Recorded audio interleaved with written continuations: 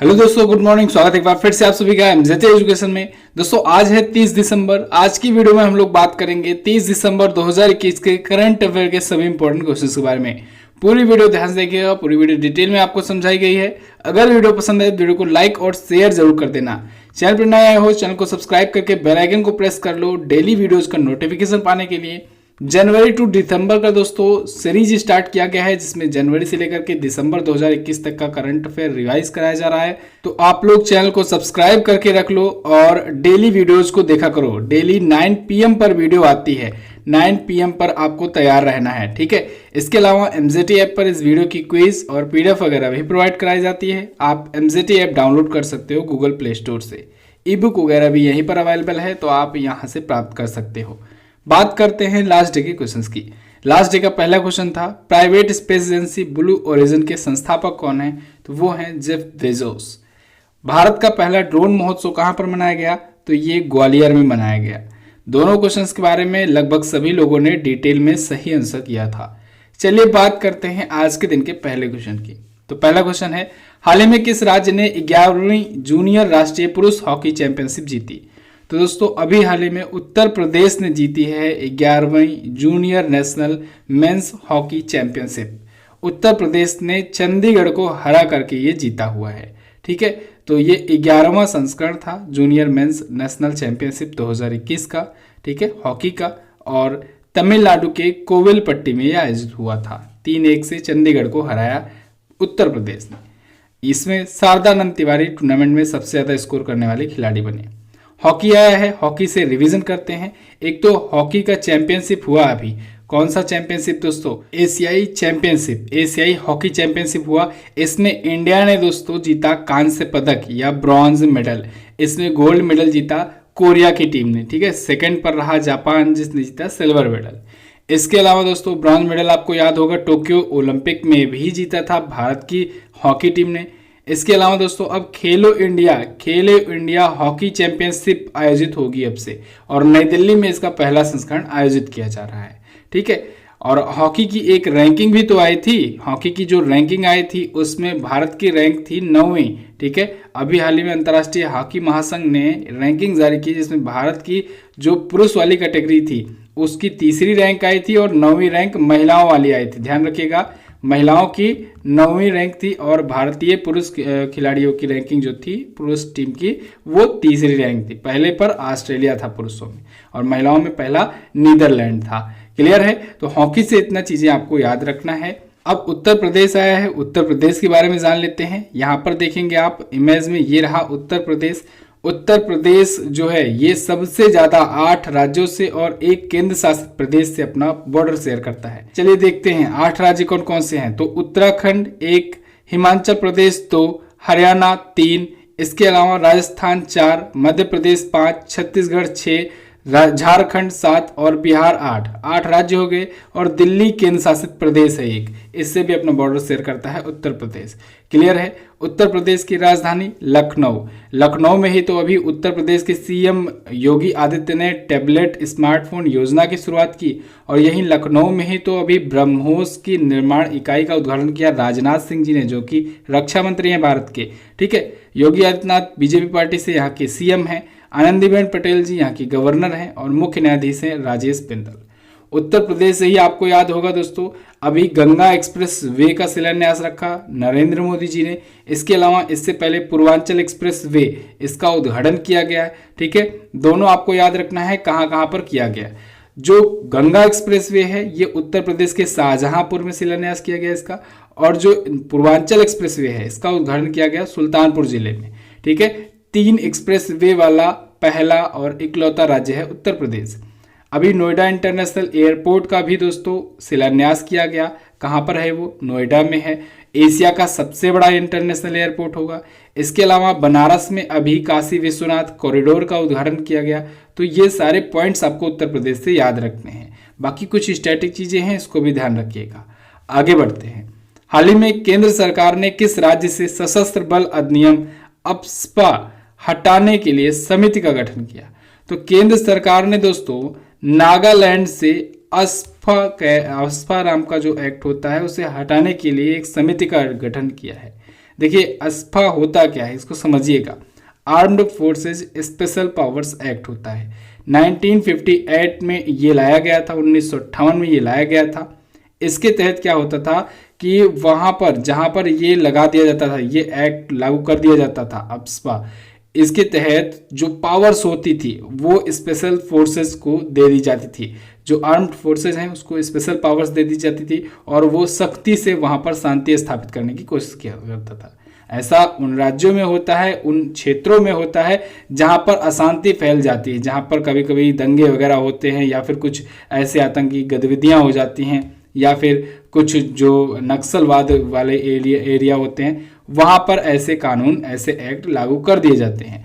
तो ये अमूमन देखा जाता है 6 महीने या 1 साल इतने टाइम के लिए ही लगाया जाता है। और अभी इसको हटाने के लिए, क्योंकि ये लगा था नागालैंड में, इसको हटाने के लिए 5 सदस्यीय कमेटी का गठन किया गया है। भारत सरकार ने इस कमेटी का गठन किया है। क्लियर है? तो इसमें इस कमेटी की जो विवेक जोशी जी हैं अध्यक्षता करने वाले हैं। 45 दिनों तक के भीतर इनको निर्णय लेना है कि हटाना चाहिए कि नहीं हटाना चाहिए। यानी इस कमेटी का काम केवल 45 दिनों तक होगा। और पीयूष गोयल जी जो कि केंद्रीय मंत्री हैं, इसके सदस्य सचिव होंगे। ठीक है, यहाँ पर अस्पा के बारे में लिखा गया है। Armed forces special powers act 1958 is an act of the Parliament of India that grant special powers to the Indian Armed Forces to maintain public orders in disturbed area। जो भी डिस्टर्ब एरिया होता है उसमें शांति स्थापित करने के लिए Indian armed forces को स्पेशल पावर दी जाती है। नागालैंड आया है, नागालैंड के बारे में जानेंगे। यहाँ पर आप देखेंगे ये रहा नागालैंड, ये रहा नागालैंड। ठीक है, नागालैंड जो है ये रहा, ये अपना बॉर्डर अरुणाचल प्रदेश से शेयर करता है, मणिपुर से शेयर करता है और असम से शेयर किया करता है। यहाँ की कैपिटल है कोहिमा। नेफ्यू यहाँ के हैं सीएम, गवर्नर है जगदीश मुखी, अतिरिक्त प्रभार पाए हुए हैं असम के भी यही हैं, और मुख्य न्यायाधीश है सुधांशु धूलिया, ये गुवाहाटी हाईकोर्ट के हैं। ओके, नेशनल पार्क में बात करें तो नाटंगी नेशनल पार्क बहुत ज़्यादा पूछा जाता है, इसको आपको याद रखना है। अच्छा, नागालैंड आया है, नागालैंड से रिवीजन करेंगे। नागालैंड से नागा कुकुम्बर आप याद रखेंगे, नागा खीरा जिसको जीआई टैग दिया गया है। ओके, इसके अलावा अभी 3 नए जिलों की घोषणा की गई। यहाँ पर 12 जिले दिख रहे हैं, 3 नए जिले हो गए हैं, 15 जिले हो गए हैं। ठीक है, नागालैंड में जिलों की संख्या 15 हो गई। 3 नए जिले कौन कौन से जुड़े? एक तुस्मेन्यू है, एक न्यूलैंड है, एक चुमू केदिमा है। क्या है?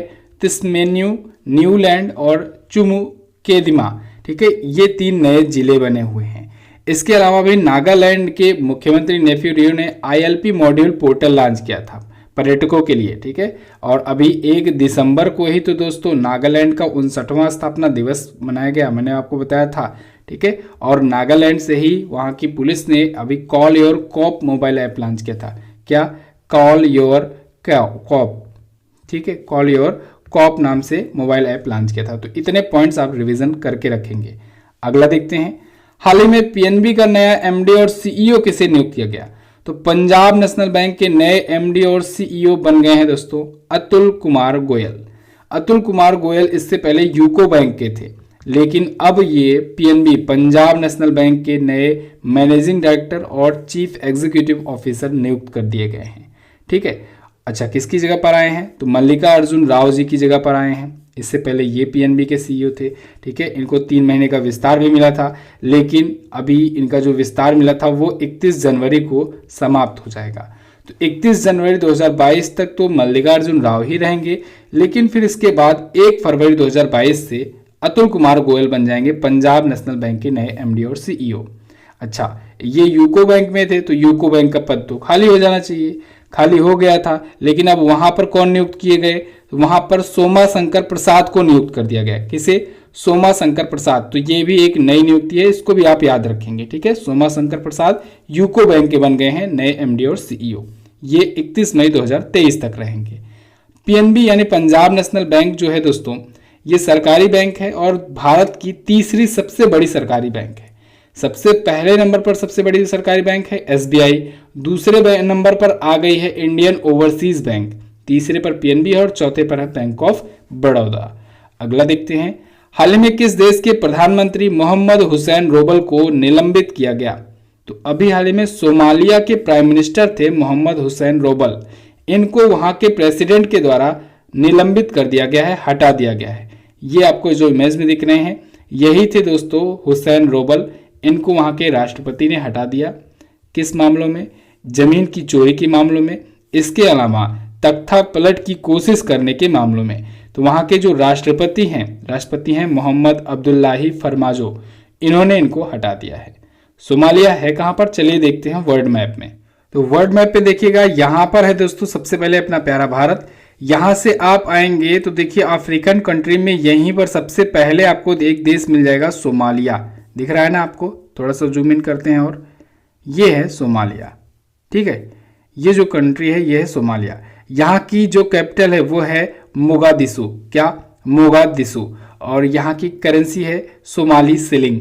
क्या? सोमाली सिलिंग है यहाँ की करंट टाइम पर करेंसी। क्लियर है बिल्कुल? अगला देखते हैं। अगला क्वेश्चन है चौथी पैरा बैडमिंटन राष्ट्रीय चैंपियनशिप में किसने 2 गोल्ड मेडल जीता? तो नितेश कुमार ने 2 गोल्ड मेडल जीते हैं राष्ट्रीय चैंपियनशिप में। पैरा बैडमिंटन आयोजित हुआ, ये पैरा बैडमिंटनशिप का उड़ीसा के भुवनेश्वर में आयोजित किया गया था। चौथा इसका संस्करण था नेशनल पैरा बैडमिंटन चैंपियनशिप में। तो इन्होंने 2 गोल्ड मेडल जीते हैं। एक तो इन्होंने सिंगल इवेंट्स में जीता है, ठीक है, पुरुष सिंगल्स में, और एक इन्होंने मेंस डबल्स में यानी पुरुष युगल में जीता हुआ है। तो 2 मेडल इनके आ चुके हैं। हालांकि पुरुष वो डबल्स है यानी कि मेंस डबल्स है, तो उसमें केवल इन्हीं का अधिकार तो नहीं होगा, इनके साथी का भी होगा। इनके साथी का नाम है तरुण ढिल्लो, तो इनका भी नाम याद रखना है। दोनों की जोड़ी ने जीता हुआ है गोल्ड। अच्छा, किसको हराया है ये इंपॉर्टेंट है। इन दोनों की जोड़ी ने प्रमोद भगत और मनोज सरकार की जोड़ी को हराया है। प्रमोद भगत तो नाम आपको याद ही आ रहा होगा, अभी पैरालंपिक्स में गोल्ड दिलाए थे भारत को। पैरालंपिक्स जो हुआ था टोक्यो में, उसमें इन्होंने गोल्ड दिलाया था भारत को। ठीक है, तो फिलहाल यहाँ पर नितेश कुमार जी जो हैं ये गोल्ड जीत चुके हैं, 2 गोल्ड जीते हैं इस इवेंट में। अच्छा, एक और याद रखिएगा, पारुल परमार ये गुजरात की हैं, इन्होंने भी गोल्ड मेडल जीता हुआ है। विश्व की नंबर 1 खिलाड़ी हैं पैरा बैडमिंटन में। और नितेश कुमार कहाँ के हैं? हरियाणा के हैं। अच्छा, पैरालंपिक्स आया है तो याद रखिएगा पैरालंपिक्स में दोस्तों 2 मेडल जीतने वाली इकलौती भारतीय, मतलब एक ही इवेंट में, एक ही ओलंपिक में या कहें पैरालंपिक में 2 मेडल जीतने वाली इकलौती भारतीय बनी थी अवनी लेखरा। इन्होंने 1 गोल्ड जीता था और 1 जीता था ब्रॉन्ज मेडल, अवनी लेखरा ने। और इनको अभी पैरालंपिक्स के लिए पैरालंपिक का best player of the year समझ लीजिए घोषित किया गया है। ठीक है, सर्वश्रेष्ठ खिलाड़ी घोषित किया गया है। अगला, हाल ही में किस बैंक ने ग्रामीण क्षेत्रों में बैंकिंग सेवाएं देने के लिए आईपीपीबी के साथ समझौता किया? तो एचडीएफसी बैंक ने दोस्तों इंडिया पोस्ट पेमेंट बैंक के साथ समझौता किया है ग्रामीण क्षेत्रों में बैंकिंग सेवाएं, बैंकिंग सर्विसेज प्रोवाइड कराने के लिए। तो एचडीएफसी बैंक और इंडिया पोस्ट पेमेंट बैंक के बीच हुआ है समझौता। इंडिया पोस्ट पेमेंट बैंक के 4.7 करोड़ से ज़्यादा ग्राहक हैं जो गांव में रहते हैं, ग्रामीण एरिया में रहते हैं। वहां पर बैंकिंग सर्विसेज एचडीएफसी बैंक के द्वारा प्रोवाइड कराई जाएगी। इंडिया पोस्ट पेमेंट बैंक के बारे में बात करें तो 2018 में स्थापित हुआ था। ये नई दिल्ली में हेडक्वार्टर्ड है और एमडी और सीईओ हैं जे वेंकट रामू। एचडीएफसी बैंक भारत की सबसे बड़ी प्राइवेट बैंक है। स्थापना हुई थी 1994 में, मुंबई में हेडक्वार्टर्ड है और शशिधर जगदीशन जी इसके एमडी और सीईओ हैं। अगला, आईआईसीए के महानिदेशक और सीईओ के रूप में कौन नामित किए गए? तो दोस्तों आईआईसीए के महानिदेशक और सीईओ बन गए हैं कौन?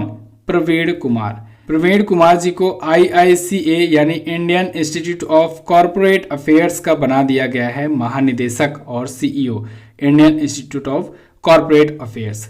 ये 1987 बैच के तमिलनाडु कैडर से रिटायर्ड आईएएस ऑफिसर हैं और कौशल और विकास उद्यमिता के ये पूर्व सीईओ भी रह चुके हैं। बात करें अगर Indian institute of corporate affairs की, तो इसकी स्थापना 2008 में की गई थी। मानेसर हरियाणा में इसका हेडक्वार्टर है। अगला, अच्छा, ब्रह्मास करंट अफेयर की ई बुक आई हुई है दोस्तों। 100% गारंटी है आपको संतुष्टि मिलेगी इस ई बुक को लेने के बाद। ना सिर्फ संतुष्टि मिलेगी, अगर आप कोई सभी एग्जाम दोगे तो 100% क्वेश्चंस आपको इस ई बुक से ही मिलेंगे। कोई भी क्वेश्चन बाहर से आपको नहीं मिलने वाला है। ये स्टूडेंट्स का, आप सभी लोग का भरोसा है। जो हमारी ई बुक जो है वो 3 सालों से लगातार आ रही है और लोग इसको पसंद कर रहे हैं। हर बार कुछ ना कुछ एडवांस किया जाता है। इस बार भी इसमें काफ़ी कुछ इम्प्रूवमेंट लाया गया है। इमेजेस वगैरह भी ऐड की गई हैं, जो नियुक्तियां वगैरह होती हैं ना, उसमें इमेजेस भी अब ऐड की जा रही हैं। तो हर दिन कुछ ना कुछ एडवांसमेंट किया जाता रहता है। आप लोग का ऐसे ही प्यार और सपोर्ट बना रहता है, इसलिए 95% से ज़्यादा लोग जो होते हैं वो दोबारा से आकर के ई बुक लेते हैं। यानी कि जो एक महीने की लेते हैं आकर के वो अगले महीने की भी लेते हैं, हर महीने की। जो लोग मंथली करंट अफेयर लेते आए हो उनको ये लेने की ज़रूरत नहीं है ना। जो लोग अभी तक कोई ई बुक नहीं लिए हो या फिर चाहते हो एक साथ कॉम्बो लेना, तो वही इसको ले। जो लोग मंथली करंट अफेयर की बुक हर महीने लेते आ रहे हैं उनको ये लेने की ज़रूरत नहीं है, ठीक है।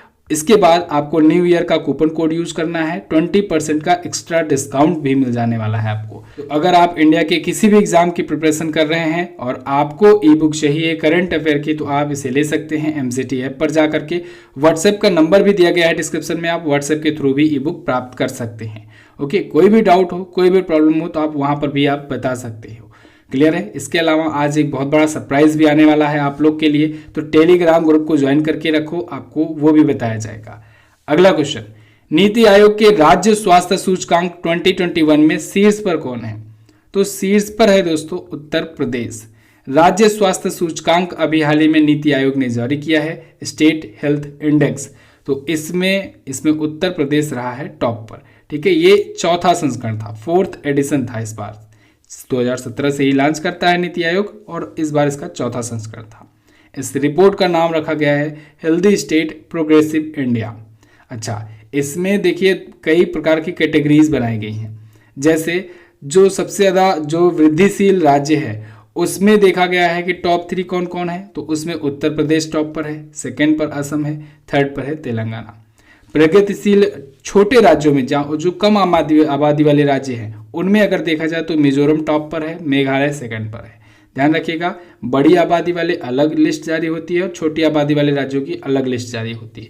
और ये नीति आयोग ही नहीं, जो केंद्र सरकार गृह मंत्रालय के द्वारा भी कई लिस्ट जारी की जाती है उसमें भी ऐसा किया जाता है ना। केंद्र शासित प्रदेशों में दिल्ली टॉप पर है, जम्मू कश्मीर सेकंड पर है। ओवरऑल कैटेगरी में अगर बात किया जाए तो केरल टॉप पर है। ये भी एक बहुत ही इंटरेस्टिंग है, इसको आपको याद रखना है, इंपॉर्टेंट भी है। अगर आपसे वृद्धिशील राज्यों में पूछा जाए तब आप उत्तर प्रदेश बताएंगे। ओवरऑल कैटेगरी में पूछा जाए तो ओवरऑल केरल है टॉप पर, ठीक है। सेकंड पर तमिलनाडु है। नीति आयोग यहाँ पर देख लीजिए, यहाँ पर देखिए इंक्रीमेंटल रैंक है और एक है ओवरऑल रेफरेंस ईयर रैंक, ठीक है। तो दोनों आपको याद रखना है, उत्तर प्रदेश इसमें टॉप पर है, इसमें केरला टॉप पर है। क्लियर। चलिए अगला देखते हैं। हाल ही में ईईएसएल का सीईओ किसे नियुक्त किया गया? तो ईईएसएल का सीईओ नियुक्त किया गया राधिका झा को। राधिका झा यहाँ पर आपको इमेज में दिख रही हैं। ये ईईसीएल यानी एनर्जी एफिशिएंसी सर्विसेज की सीईओ होंगी, चीफ एग्जीक्यूटिव ऑफिसर होंगी। ये भी एक आईएएस ऑफिसर हैं। शिक्षा विभाग के लिए उत्तराखंड सरकार के सचिव के रूप में यह काम कर चुकी हैं। तो ऊर्जा दक्षता को बढ़ावा देने के लिए जो ईईएसएल संस्था है जो बनाई गई है, जिसमें NTPC, power grid, power finance corporation limited और आईईसी, आरईसी, इन सब के बीच में समझौता हुआ है, तो इसकी ये सीईओ बना दी गई हैं, ठीक है। इसकी स्थापना हुई थी 2009 में, नई दिल्ली में हेडक्वार्टर है और अरुण कुमार मिश्रा जी इसके अध्यक्ष हैं। अगला क्वेश्चन, हाल ही में कहाँ के पूर्व राष्ट्रपति कारोलोस पोपोलियास का निधन हो गया? तो कारोलोस पोपोलियास दोस्तों ये ग्रीक के प्रेसिडेंट थे, पूर्व राष्ट्रपति थे। ये अभी इनका निधन हुआ है।